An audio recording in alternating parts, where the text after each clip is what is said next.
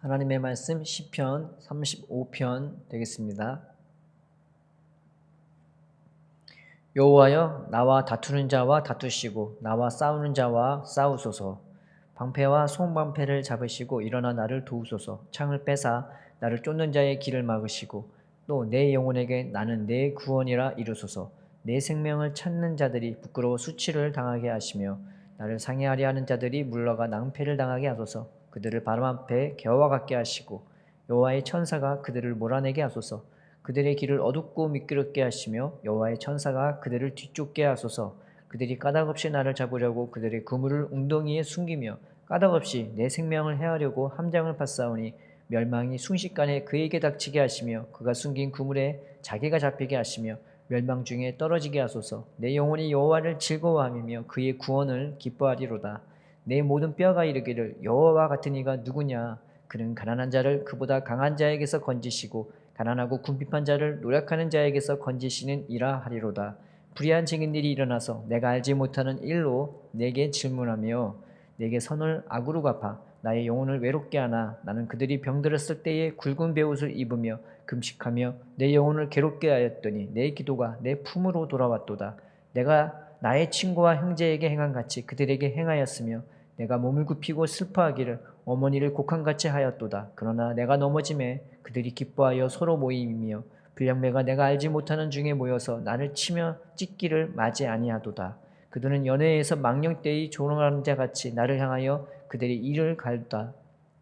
주여, 어느 때까지 관망하시려 하나이까. 내 영혼을 저 멸망자에게서 구원하시며 내 유일한 것을 사자들에게서 건지소서. 내가 대회 중에서 주께 감사하며 많은 백성 중에서 주를 찬송하리이다. 부당하게 나의 원수된 자가 나로 말미암아 기뻐하지 못하게 하시며 까닭없이 나를 미워하는 자들이 서로 눈짓하지 못하게 하소서. 무릇 그들은 화평을 말하지 아니하고 오히려 평안히 땅에 사는 자들을 거짓말로 모략하며 또 그들이 나를 향하여 입을 크게 벌리고 하하, 우리가 목격하였다 하나이다. 여호와여, 주께서 이를 보셨사오니 잠잠하지 마옵소서. 주여, 나를 멀리하지 마옵소서. 나의 하나님, 나의 주여, 떨치고 깨셔서 나를 공판하시며 나의 송사를 다스리소서. 여호와 나의 하나님이여, 주의 공의대로 나를 판단하사 그들이 나로 말미암아 기뻐하지 못하게 하소서. 그들이 마음속으로 이르기를 아하, 소원을 성취하였다 하지 못하게 하시며 우리가 그를 삼켰다 말하지 못하게 하소서. 나의 재난을 기뻐하는 자들이 함께 부끄러워 낭패를 당하게 하시며 나를 향하여 스스로 뽐내는 자들이 수치와 욕을 당하게 하소서. 나의 의를 즐거워하는 자들이 기꺼이 노래 부르고 즐거워하게 하시며 그의 종의 평안함을 기뻐하시는 여호와는 위대하시다 하는 말을 그들이 항상 말하게 하소서. 나의 혀가 주의 의를 말하며 종인토록 주를 찬송하리이다. 아멘. 오늘 본문의 말씀은요, 다윗의 시죠. 많은 사람들이 다윗을 아주 공격하려고 이를 갈면서 올무와 함정을 준비하고 다윗에게 공격을 하는 장면이 나오는 것입니다. 이 말씀이 신기한 것은요, 이게 예수님에 대한 말씀이 그대로 되거든요. 그래서 예수님이 사는 공생의 사역 내내 많은 사람들이 예수님을 공격하려고 했고 예수님 죽이려고 의논을 했었다고 성경은 기록하고 있죠. 마귀가 먼저 예수님을 유혹했고 예수님이 복음을 증거하자 바리새인들이 들었고 저 예수를 어떻게 죽일까 그들이 의논했다고 나옵니다. 그러니까 처음부터 예수님을 죽이려고 했었어요. 그래서 예수님을 그렇게 죽이려고 예수님이 예루살렘에 올라갔을 때 가장 그 공격이 심했었습니다. 그래서 가장 많은 설전이 언제 오갔냐면 예수님이 예루살렘에 십자가에 못 박히러 올라가셨을 때 그때 공격이 가장 심했고요. 오늘 말씀처럼 그대로 예수님을 공격하죠. 그래서 어떻게 하면 말로 책 잡을까? 그냥 트집 하나 잡으려고 예수님한테 계속 질문을 해요. 근데 예수님이 다 대답하시죠. 그래서 그들이 삐뚤어진 마음으로 질문을 하면 그 삐뚤어진 대답으로 예수님이 대답을 하세요. 그리고 참된 것에 대한 진리는 진리대로 또 대답을 하시고 아무 공격을 못했어요. 트집도 못 잡았어요. 근데 그거 안 되니까 나중에 어떡합니까? 그저 거짓말로 예수님을 책잡은 거죠. 신선 모독했다. 예수님은 그런 의도로 말씀한 게 아닌데 거짓말을 보태갖고, 근데 자기들 말에도 서로 안 맞고, 그러다가 예수님이 하는 말씀을 듣고 억지로 예수님을 그들 나름대로의 법으로 심판해버리고 신성모독이라 하면서 불량배를 동원해서 예수님을 때리고 치고 찢는 말씀 그대로 이 사건이 예수님에게 일어났습니다. 그런데요, 성경을 잘 보시면 예수님은 이 고난에 대해서 알고 있었단 말이죠. 그래서 이 고난 받으려고 예루살렘에 올라가셨어요. 그래서 누가복음에 보면 예수님이 예루살렘에 올라가기로 굳게 결심하시고 가셨다고 하셨어요. 그냥 간 게 아니라 굳게 결심하시고 가신 겁니다. 그래서 이 고난을 받았을 때에 예수님이 요한복음에서 제자들에게 말하기를 인자는 이미 승리했다고, 이미 승리를 선언하시고 고난을 당하신 것입니다. 예수님이 평생에 고난받다가 이 고난을 당하신 게 아니죠. 예수님이 몸으로 십자가 고난을 받은 것은 단 반나절이었습니다. 반나절도 안 돼갖고 그렇게 모진 고난을 당하시고 반나절도 안 되셔서 그렇게 십자가에서 자기 생명을 쏟아부으신 거죠. 그 예수님이 부활하셨을 때 단 이틀 만에 제자들에게 나타나셔서요, 아무 일 없었다는 것처럼 식사를 하시는 거예요. 고난은 아주 잠깐이었습니다. 이 많은 공격이 있었고, 이 많은 모함이 있었고, 이 많은 거짓말이 있었고, 이 많은 트집을 잡으려고 원수마귀가 왔지만은 예수님은 오히려 담담하게 좀 있으면 세상의 왕이 나한테 오지만 저는 내게 관계할 것이 없도다 라고 말합니다. 즉 예수님은요, 이 고난을 누구한테 받았냐면은 하나님으로부터 받은 거예요. 하나님, 할 수만 있거든요. 이 잔을 내게서 멀리하게 해달라고. 이 잔을 하나님으로부터 받은 거예요. 그러나 나의 원대로 마시고 아버지 뜻대로 하게 해달라고. 더 큰 소원이 하나님의 소원, 하나님의 마음, 그 마음으로 이 고난을 받기를 더 원했던 거죠. 그래서 예수님이 그 기도할 때 이 고난을 능히 이길 만한 그 하나님의 생명, 하나님의 능력, 하나님의 영광, 하나님의 마음을 이 고난을 통해 받으셨습니다. 그래서 고난 받을 때 예수님은요, 그 고난에 대해 눈 하나 깜짝도 안 해요.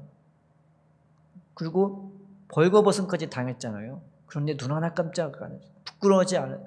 오히려 예수님은 이 고난을 제자들에게 말씀해 주시면서 사람이 자기 자녀를 낳았을 때 이것보다 더 큰 기쁨이 없는 것처럼 내가 이 큰 기쁨으로 이 고난을 당한다고. 그러나 이후에 이 큰 기쁨으로 너희가 같이 나눌 거라고. 너에게 준 평안, 너에게 준 기쁨은 세상이 빼앗을 수 없을 거라고. 그렇게 말씀해 주시는 겁니다. 우리를 위하여 고난 당하신 것을 예수님은 자신의 영광으로 여기셨어요. 그래서 영광 받기 위하여 십자가 고난을 받으신다고.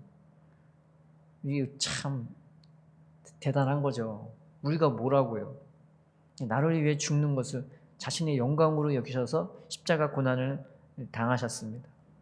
그래서 예수님은요, 가장 은혜가 충만할 때가 이 십자가 고난을 받으셨을 때만 겟세마네 기도에서 하나님의 은혜와 능력으로 충만함을 더 입은 다음에 그렇게 눈물로 기도하시고 그렇게 간절히 기도하시고 하나님의 은혜와 능력으로 가장 충만해져서 이 십자가 고난을 당하셨어요. 그래서 이 십자가가 사실은 고난의 십자가가 아니라 영광의 십자가였단 말이죠. 예수님은요. 그래서 예수님이 십자가 고난을 받았을 때 하나님밖에 안 보였어요. 마귀를 본 게 아니라 하나님을 본 거고, 그리고 우리밖에 안 보였단 말이죠. 그러니 아버지 저들의 죄를 용서해달라고.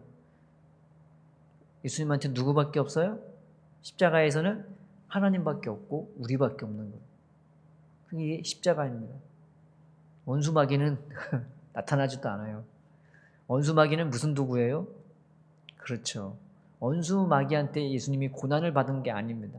원수 마귀는 하나님이 예수님에게 고난을 주기 위한 그 도구로 쓰임받은 게 원수 마귀였고, 원수 마귀의 도구는 누구였어요? 가룟 유다, 바리새인, 서기관, 빌라도. 그 시대의 장로들, 지도자들이 원수 마귀의 도구였으며, 이 바리새인과 장로들과 제사장들의 도구가 누구였냐? 백성들이었어요. 예수님을 환영했던, 예수님을 칭찬했던 그 무리들이 돌이요 돌변해갖고 예수님이 십자가에 못 박으라, 십자가에 못 박으라, 이 제사장들의 선동에 끌려가서 예수님을 못 박아라 못 박아라 외쳤던 겁니다. 근데 예수님 눈에는 안 보이는 거예요. 그죠? 하나님밖에 안 보이고, 그죠? 우리밖에 안 보이는 겁니다. 이게 예수님이 받은 고난이었습니다.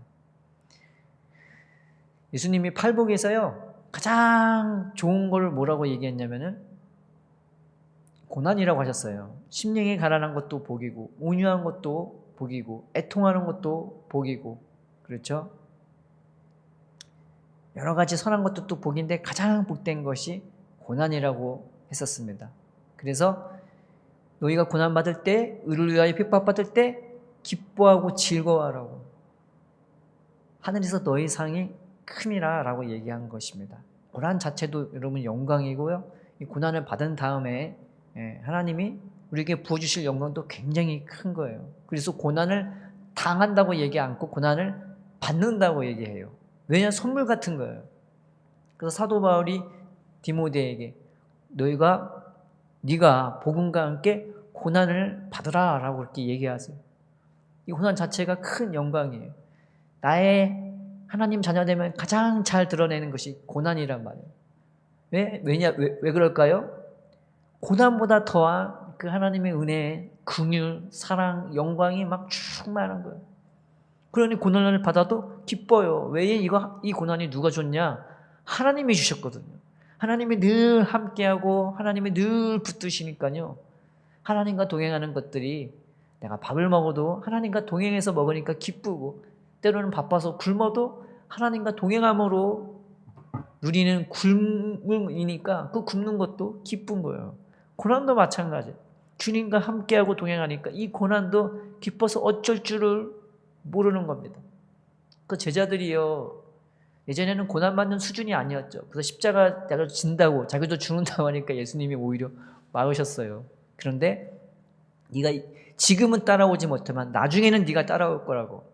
나중에 네가 이 길을 알고 이 가는 곳이 뭔지를 알게 될 거라고. 지금은 몰라. 근데 예수님이 십자가 못 박혀 죽으시고 부활하신 다음에 마치 아무 일 없었다는 것처럼 그 신비한 영광과 사랑으로 제자들과 같이 떡을 먹고 밥을 먹고, 그때서야 예수님이 따라오라고 두 번째 부르십니다. 첫 번째 부를 때는 우리가 십자가를 못 져요. 근데 두 번째, 내가 영적으로 새롭게 되고 마음이 하나님의 은혜와 사랑으로 충만해지면요, 능히 따라갑니다. 그리고 내가 하기 싫어도 따라가게 돼요. 그 은혜와 사랑이 우리를 그렇게 만드시고 빚으시고 인도해 주시는 것입니다. 그래서 제자들이요, 예수님이 하늘로 올라가신 다음에 모여서 기도하기 시작하고 성령이 충만해서 하나님의 복음을 증거했단 말이죠. 기적이 나타나고 은혜가 나타나고 서로 하나 되고. 그런데 아니야 다를까 이 바리새인과 제사장들이 또 열받아가고 제자들을 불러다가 때리고 채찍질하고 예수님의 이름으로 말하는 것을 금했단 말이죠. 근데 제자들은 오히려 기뻐했다고, 이 고난을 받기에 합당한 자로 여기심을 기뻐하면서 나왔대요. 제가 군대 갔는데 그 주일 예배 드리다가 청소하고 가려고 이제 쫄따구들한테, 야 가서 말해라, 나 교회 청소하고 갈 거니까 점호는 일석점호라고 하는 일석점호는 나 빼고 얘기하라. 근데 이 친구가 말을 못한 거예요. 깜빡하고. 끝나고 갔더니 그 반장이 화가 난 거죠. 그 친구가 말을 안 해갖고 이 실수를 한 거예요. 화가 여기까지 나갖고 저 가자마자 저를 앉혀놓고, 제가 그때 병장 단지 얼마 안 된 때였었는데 막 얼굴 붉히면서 무섭게 하면서 저한테 눌러보고 째려보고 막 말을 하더라고요. 그랬더니 나중에는 따귀를 푹 치더라고요. 병장 따귀 때리는 거 이거 참 엄청난 거거든요. 그래서 내가 맞았는데 기분이 나쁘지가 않은 거예요. 그냥 감사하더라고요. 그래서 차근차근 설명해줬죠. 아니라고 얘기했다고. 그랬더니 저 때린 반장은 괜히 머쓱해지고, 말 못한 그 친구는 괜히 무서워서 어쩔 줄을 몰라하고. 그래서 제가 죄송하다고, 제가 더 자세하게 더 분명하게 얘기했었어야 했는데 제가 죄송하다고. 들어가서 쉬라고 제가 죄송합니다. 그냥 그 선에서 마무리됐어요. 그래서 씻으러 올라가는데 그렇게 기쁠 수가 없더라고요. 내가 하나님 일하다가 맞았네. 그게 저한테는 되게 큰 영광이었어요. 주의 일을 하면서 맞았다는 게. 여러분, 은혜가 있고 내가 그만한 수준이 되면요, 제일 받을 수 있는 큰 영광이 이 하나님의 고난입니다. 하나님이 주시는 고난. 이건 수준이 되면 받는 거죠. 근데 수준이 안 되면요, 예수님이 말리세요. 아서라, 금을 찢어진다. 본인 마음도 힘들고 주위도 힘들고 서로 맴이 찢어지는 거예요. 주님은 그렇게 우리를 인도하지 않으시죠. 시당의 초반에는 주님과 동행하면서 은혜도 받고 고난도 받지만 우리가 감당할 수 있는 수준 내에서의 고난이지, 내가 막 감당할 수 없는 그런 고난을 주시지 않죠. 때로는 기적도 맛보고 능력도 맛보고 그러면서 하늘나라의 기쁨과 영광을 우리가 맛보면서 가는 게 이 신앙의 길입니다. 그래서 나중에는 이 고난도 능히 이게 그 생명과 영광, 얼마나 은혜가 충만하고 긍휼이 충만하면 어떻게 고난 가운데서도 웃을 수 있지? 어떻게 고난 가운데서도 찬양을 하지?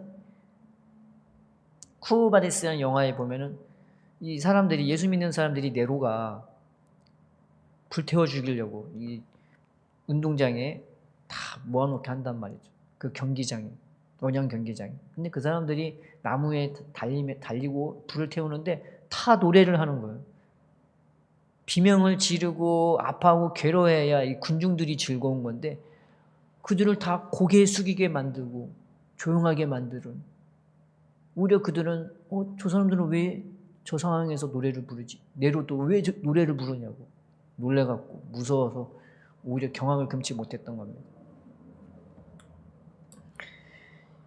히브리서 12장에 믿음의 주여 또 온전케 하시는 이인 예수를 바라보자. 그는 그 앞에 있는 기쁨을 위하여 십자가를 참으사 부끄러움을 개의치 아니하시더니 하나님 보좌 우편에 앉으셨느니라.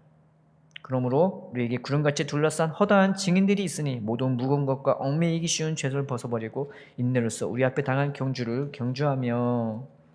로마서 8장 18절에 생각하건대 현재의 고난은 장차 우리에게 나타난 영광과 비교할 수 없도다.